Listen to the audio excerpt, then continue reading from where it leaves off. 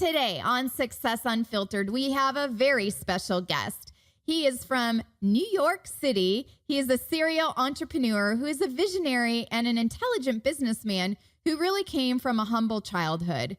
He is the founder of a very, very cool company called iworkinmyjams.com. Let's welcome Phil to the show. Thank you for having me. Very excited. Thank you so much for being here on Success Unfiltered. And I know you have a lot of great stories to share, but if you could share with everyone listening today, what is it that you do and what's your business?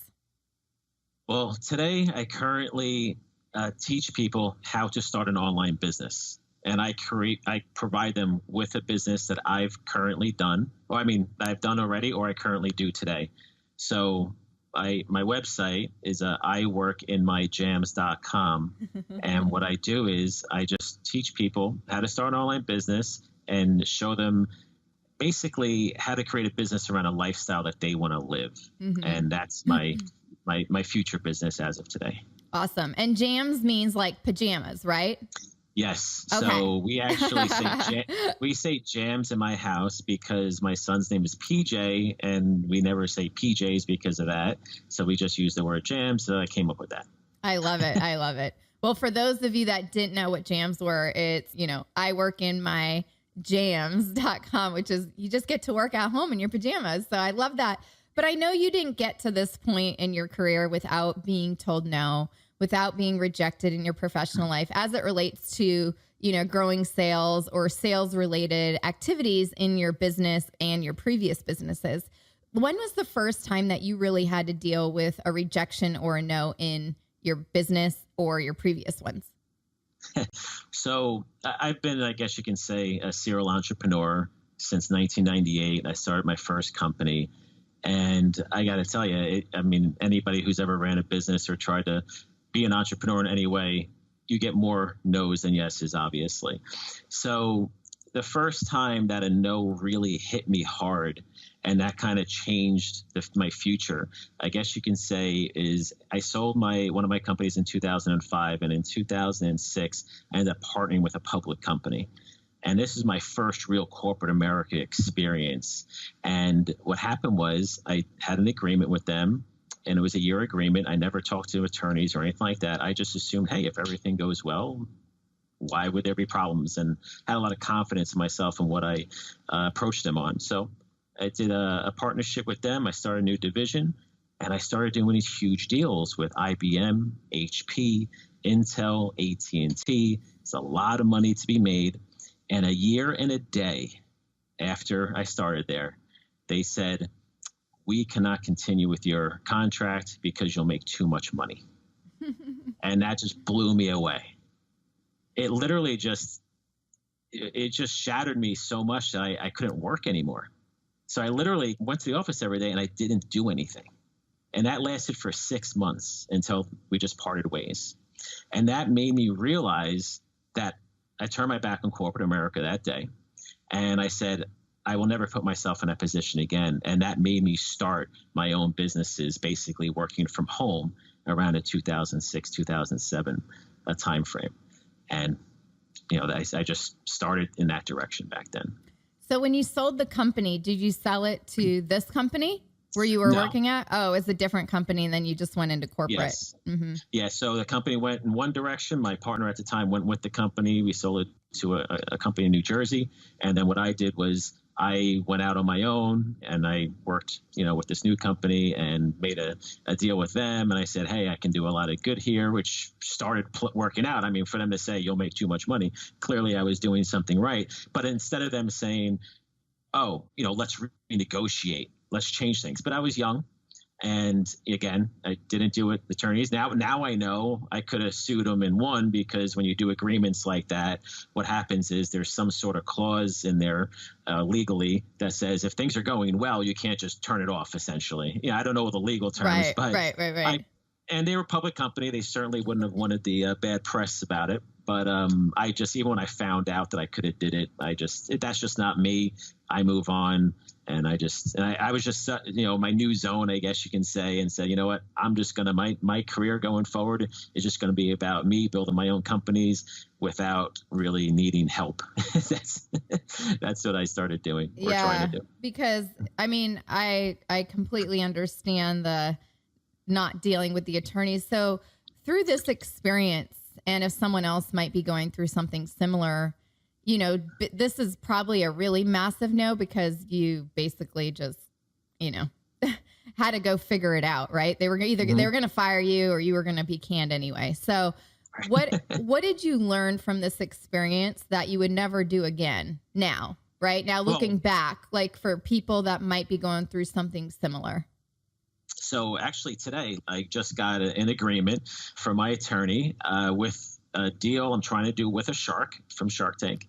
And I am going over this thing 30 times at least, where I will not make this mistake again. I will not put myself in a position where I leave some stone unturned, so I move slower now in anything I do.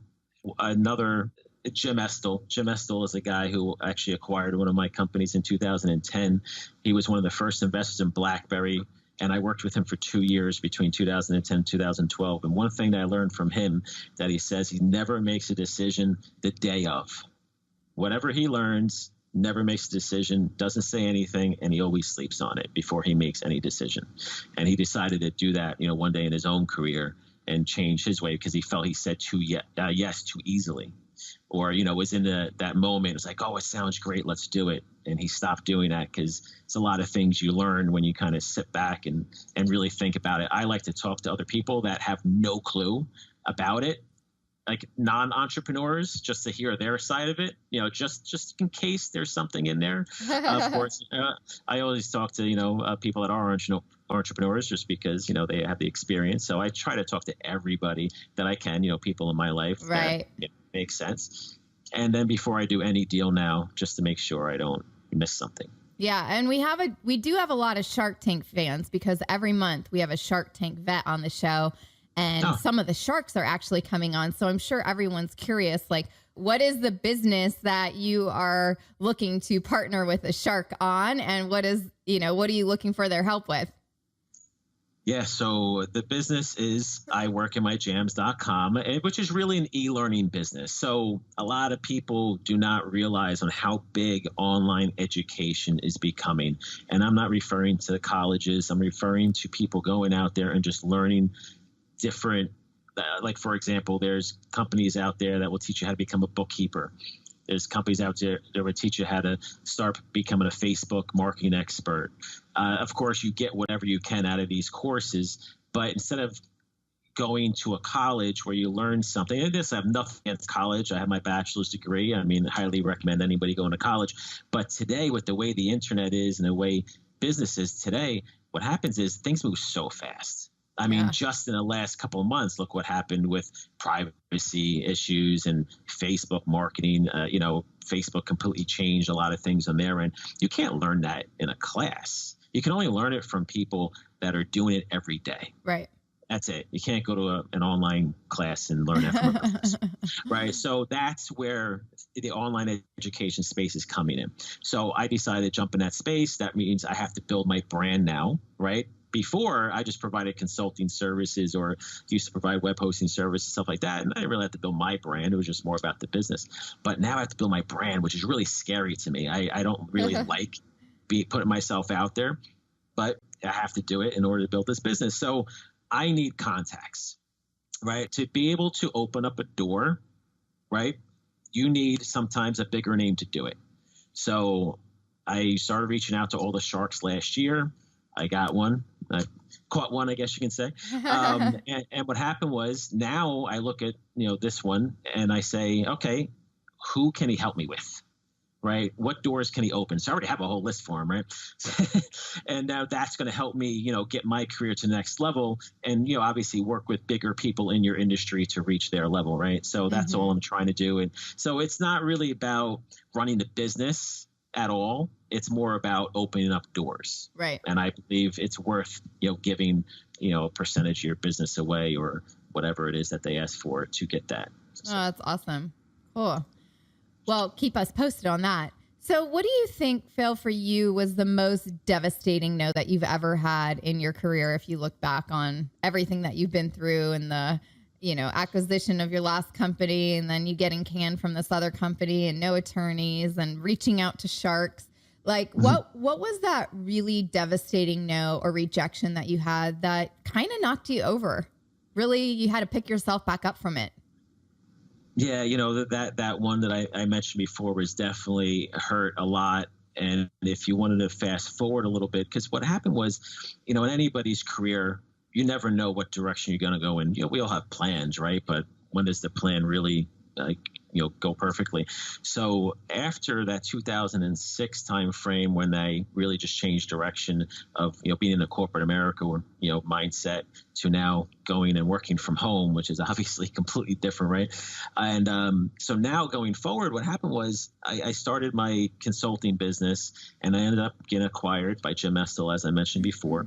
And what happened was in that 2 years I worked at that investment fund with Jim Estill. At the end of 2012, I had a great idea, and I wanted to start a lead generation business. And I thought it was a great idea. They did not want to do it. And that was really devastating to me at that point in time, because I thought I was going to thrive with these guys. But I learned at that stage in my career that when I had an idea with something, I needed to run with it. I didn't want to put it on the back burner because someone else told me no. I learned that. So that really hurt. That they didn't want to move forward that business, because what happened was, so they acquired my business in 2010. We grew it larger, and then they sold it again at the end of 2012. So I was at a point where I needed to find a new business. So I brought this new idea of starting up a lead generation company, and they said no. So I said, all right, I have to leave, and I'm going to go do this on my own. So that really, it was definitely devastating, but also was so impactful for me moving forward, because now it put me on a path where I've never made as much money I've ever made before in my life in the last 3 or 4 years. What year are we in? 2018. So, in the last 5 years now, it put me on that path where it's really accelerated my career, where I can now today, build a business that could make hundreds of thousands of dollars a month in revenue, because now I have that, my own experience, my own education, how to do that. Of course, the first time you did it took me years to figure out, but now I can create one in a few months. Yeah, that was like your MBA program, right? Right, exactly. You can look at it that way. This education that I've been getting just by being out there and doing this stuff and learning from other people. Yeah, that's exactly what you can call it. And them saying no to that and telling me, no, this is not a good idea. I believe that any entrepreneur should go with their gut. You have to. Because just because someone else says no, you have to figure out a way around it. And I'll just throw something else out there that just happened recently. I got interviewed by a Forbes writer, and she said she couldn't get it published. They said no. And that just pissed me off. I'm like, what do you mean no? Like, right? Because it's like, why are you telling me no? So you know what? Guess who's a Forbes writer and contributor now? You. Me. Right. Right. So that happened last December, and it took me 5 months or so. And I said, you know what?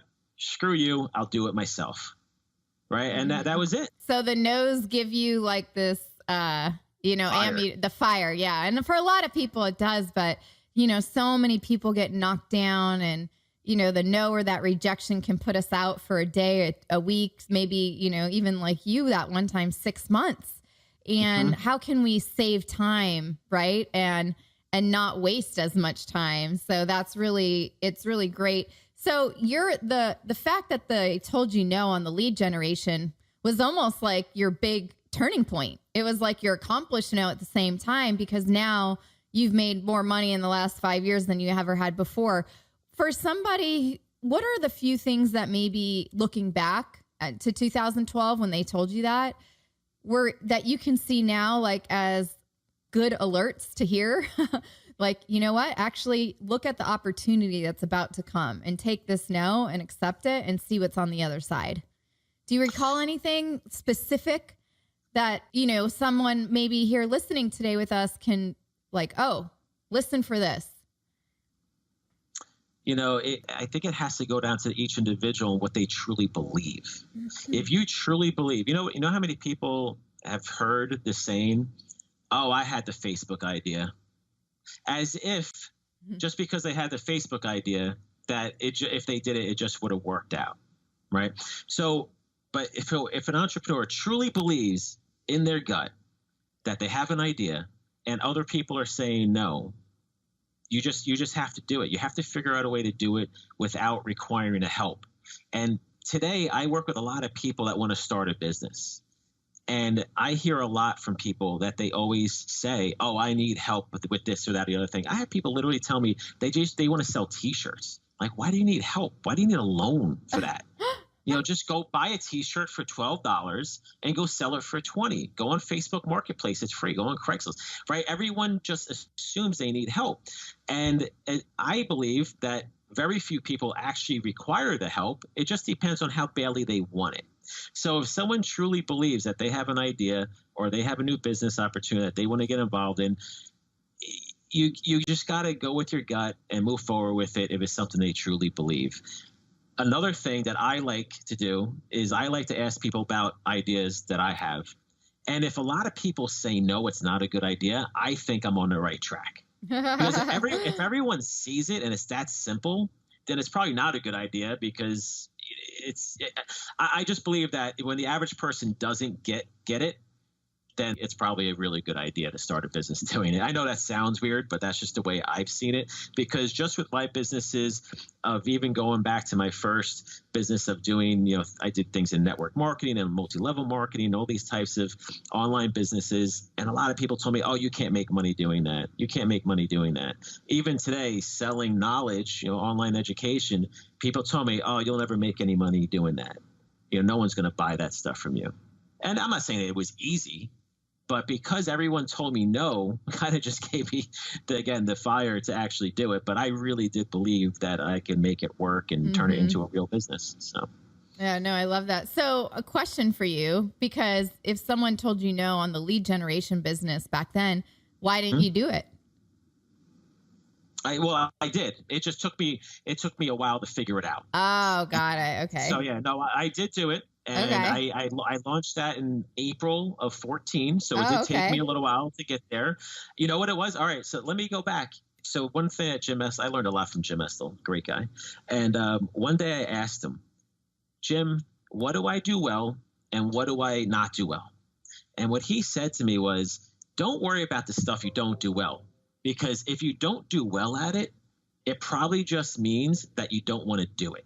The stuff you're good at, you probably want to do it. So concentrate on that.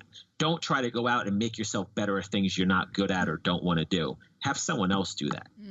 So basically, talking to him and learning those types of things, it was great for me. One other thing that he said to me that really hit me hard one day was he goes, "Phil," he goes, "the thing that I believe is a negative for you is you don't have confidence in yourself." And that really hurt me, because I thought I was very confident. And he said to me, he goes, "You don't have confidence in yourself." And I really sat there. Next day, I kind of got angry and I went in his office and I kind of yelled a little bit, to an extent.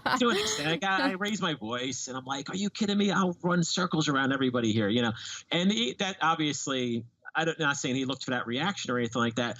But what happened was, when I left there and I went home and I knew I wanted to do this lead gen business and I just didn't know how. And I sat there one day in April of 14 and I said, "You know what? Jim was right. I just don't have the confidence. Just do it, and why am I not doing it?" And that hit me there. So I said, I dumped everything I was doing. I turned everything off and I said, I'm going to figure this business out. From basically beginning of May of 2014 to about October, was a time frame where I basically started trying to figure it out, and I did. And it took about 6 months or so, and I did it. And from there, that business scaled, literally from 0 to 7 figures within a year. And it was just absolutely amazing. And I started getting potential acquisitions. People started coming to me asking me if I wanted to get bought out, but I wasn't interested in doing that. I wanted to keep going, and because I had the future plans. But yeah, there's been so many of these moments in my career that really pushed me into different directions that I never thought I'd go in. So Yeah. So what happened with the lead gen business? I still do it today. And I actually, one of my courses is teaching people how to start a lead generation business. It's actually one of my courses today. That's awesome. Super cool. Very cool. All because his name was Jim, right?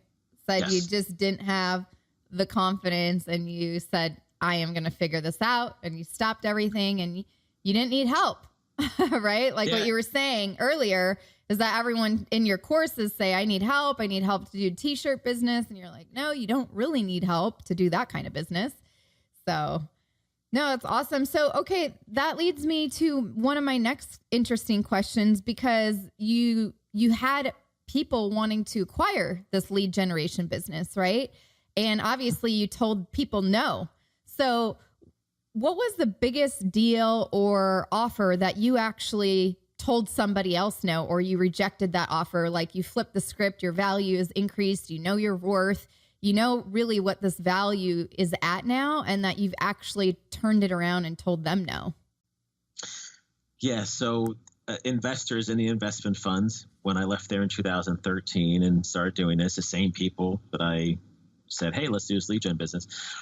I reached out to them when I started doing well on two reasons. Number one, I wanted to know I was actually doing well in a lead gen business. And at the same time, I said, maybe there's the potential of working with them and raising money and going bigger. But I really was against it at the same time. But I want to see what opportunity. I never close a door, right? I look to see the opportunities. But all of a sudden, everybody wanted to be my best friend. Now, like, oh, this is great. You're doing this. Let's talk. Let's meet, whatever. Let's see what we can do. And, at that moment when they were like just so easy to get access now to do this, I was like, you know what? I don't even want it because of that. So I turned it all down, and it was a great feeling to be like, you know what? I'm good. I'm just going to do this on my own, not even work with you guys, and just keep it simple. What were they offering? Like, what were they wanting to help with? Well, they wanted to provide funds to grow it. So how much in funding did you actually turn away? It wasn't an exact number, but it would have been somewhere around probably about $2 million. Yeah. No, and I think this is a really important lesson for people, because sometimes, like you've been saying throughout today, go with your gut, or, these people wanted to be your best friends, and that's just a little weird. And now you're turning away $2 million in funding. Okay. What else do you turn away? Well, I actually turned away 2 acquisitions. So then I had 2 other groups that came to me, and they said that we want to buy the company out. And I really struggled with that, because I was like, oh, I can take this money and go do this other business, or I can just keep the business and use it to help grow my future businesses. Because when you have money coming in, it's easy now to take that and just apply it to future businesses to help fund it. And right. You could say the same thing. Well, one lump sum is the same thing. But it is, I enjoy doing it. My web hosting company, I couldn't wait to get out of that business. But these businesses I actually enjoy doing, because the lifestyle it gives me. I work from home. I literally went on 47 vacations last year, vacation days. We're vacation freaks. I thought you went on 47 vacations. I was like, okay, we're going to have another show for just the vacation show. No, yes. 47 vacation days. Okay, that makes more sense. 47 vacation days. I get to hang out with my kids. My kids are younger, and just being around them is great. So like right now I'm, sitting home, and it's, they're going to be coming home from school in the next couple of hours. I get to see them and go to soccer last night. I do a lot of things that fathers can't do. Going to, school for Valentine's Day, or being a secret reader, stuff like that. A lot of fathers don't do that. It's usually the moms that are there, or they just don't show because both parents are working. So for me, that's the lifestyle that this has given me is great. And I do love what I do now. And any entrepreneur, you have to love what you do. If you don't love what you do, then you're kind of screwed, right? So, you need to love it. And that's really what I've learned today. Love it. And build a business around a lifestyle that you want to live, whatever lifestyle that is. For me, again, vacations, being at home, stuff like that. So listen, I could go out and hire people, get an office, go raise money, and now put myself in a position where now I'm stuck in an office trying to build a business. I have to deal with employees, which is another headache. I have to deal with investors, another headache. Or I could say, you know what, let me keep the business smaller. Let me grow, slowly, and just be happier. And for me, I choose happier today. If you asked me in my 20s, I would have said complete opposite. I want a 100 employee company making 100 million a year. But today, I don't care about that anymore. Yep. So, no, I love that. But I do want to quantify the 2 acquisitions you did turn away, so people can understand that, you know, when you increase that, the sense of your own self-worth, right? And you get to a point in your career where you've dealt with so many no's and rejections that now you actually get to do it to others. The 2 acquisitions that you turned away because you said, you know what, I love this. I actually want to hang on to this business. What were the offers on the 2 acquisitions? They were basically between 2.5 and 3 million. Yeah. So that's a lot to turn away in hopes that what you're keeping is going to, you know, thrive past that, right? Oh, yeah. Listen, that's what I'm saying. I struggled with it for a long time. You know, today I finally found stuff that I truly love doing. So I knew I'd make the money back. I knew I would make the money eventually, right? So it wasn't like I was giving up money. I was like, all right, well, it's a profitable company. You know, the money's going to come in anyway. I just have to wait a few years to get it. But then what I've done is my new e-learning business really started because of my lead generation business, because I was using the same leads that I was generating and selling them my new service. So I had free marketing. Now, if I didn't have that, I had to go out and figure it out and whatever. But it just made it so easy to grow my new business because the existing business. Now, my new business is now already a 7-figure business too. And that only took me 3 months to do because I had the old business. Right. Yeah, I had my lead gen business still. So that was the big part of it for me. And that's why I said, you know what, I'm just going to keep it because it's really going to, again, I went with my gut and I said, I truly believe that this business is going to help me scale my new business. And it has. And it has. And it kept, and aren't you glad you kept it? Because you probably have made more than the 2.5 to 3 million that you would have gotten on an acquisition. Oh, I 100%, and it's going to be way bigger than that. Yeah, it'll be way bigger than that. But sometimes when we actually say no to things and opportunities that come our way, where at the time it seems like, oh my gosh, this is amazing. Your ROI on holding it and keeping it and running with it is paid off, tenfold. So, right. Yeah. I'll throw in one last thing for you. Make it quick. The shark. If I didn't have a business and I had a startup when I met him and I said, oh, I just sold a company, I'm starting a new one, it wasn't as sexy because I said, wow, I'm doing, multi-millions a year in revenue. They're like, oh, I can take that and turn it into 20. That's exactly what he said. I'll take that and I'll turn it into 20 million. I'm like, great, let's do it. But if I said, oh, I have a startup, let's do this, let's do that, it's not as sexy for them. So I think by having the current revenue really made them want to jump on board more. Right. And then at 20 million, though, you're not going to have to deal with the employees and stuff, will you? How are you gonna keep it small? I'm trying to figure that out. Okay. I was like, wait a second. How are you going to do Valentine's Day at school? I know. Trust me. Automation. Automation. Yeah. If you can software and automate, then that sounds like a great plan. And I know that you choose happy now, right? But is there anything else that you would tell your younger self today, looking back with all of the experiences that you've had, the lessons that you've learned? Is there anything else other than choose happy that you would tell your younger self today? Yeah, be more patient. In my 20s, I was in such a rush to try to make $1 million or become a millionaire, let's just say. And summers flew by. Days and nights flew by. I worked all the time. And you can say, yes, well, that, got you to where you are today. But I think I enjoy life more, right? Because my 20s really went quickly. My 30s went, I slowed down in my 30s a little bit. Now my 40s, I'm really slowing down.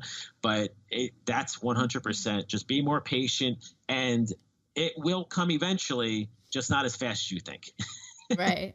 No, I love that. Well, thank you so much, Phil, for being here with us today on Success Unfiltered. It was an honor to have you. And thank you again for sharing all of your wisdom and experiences. Thank you very much. I appreciate it.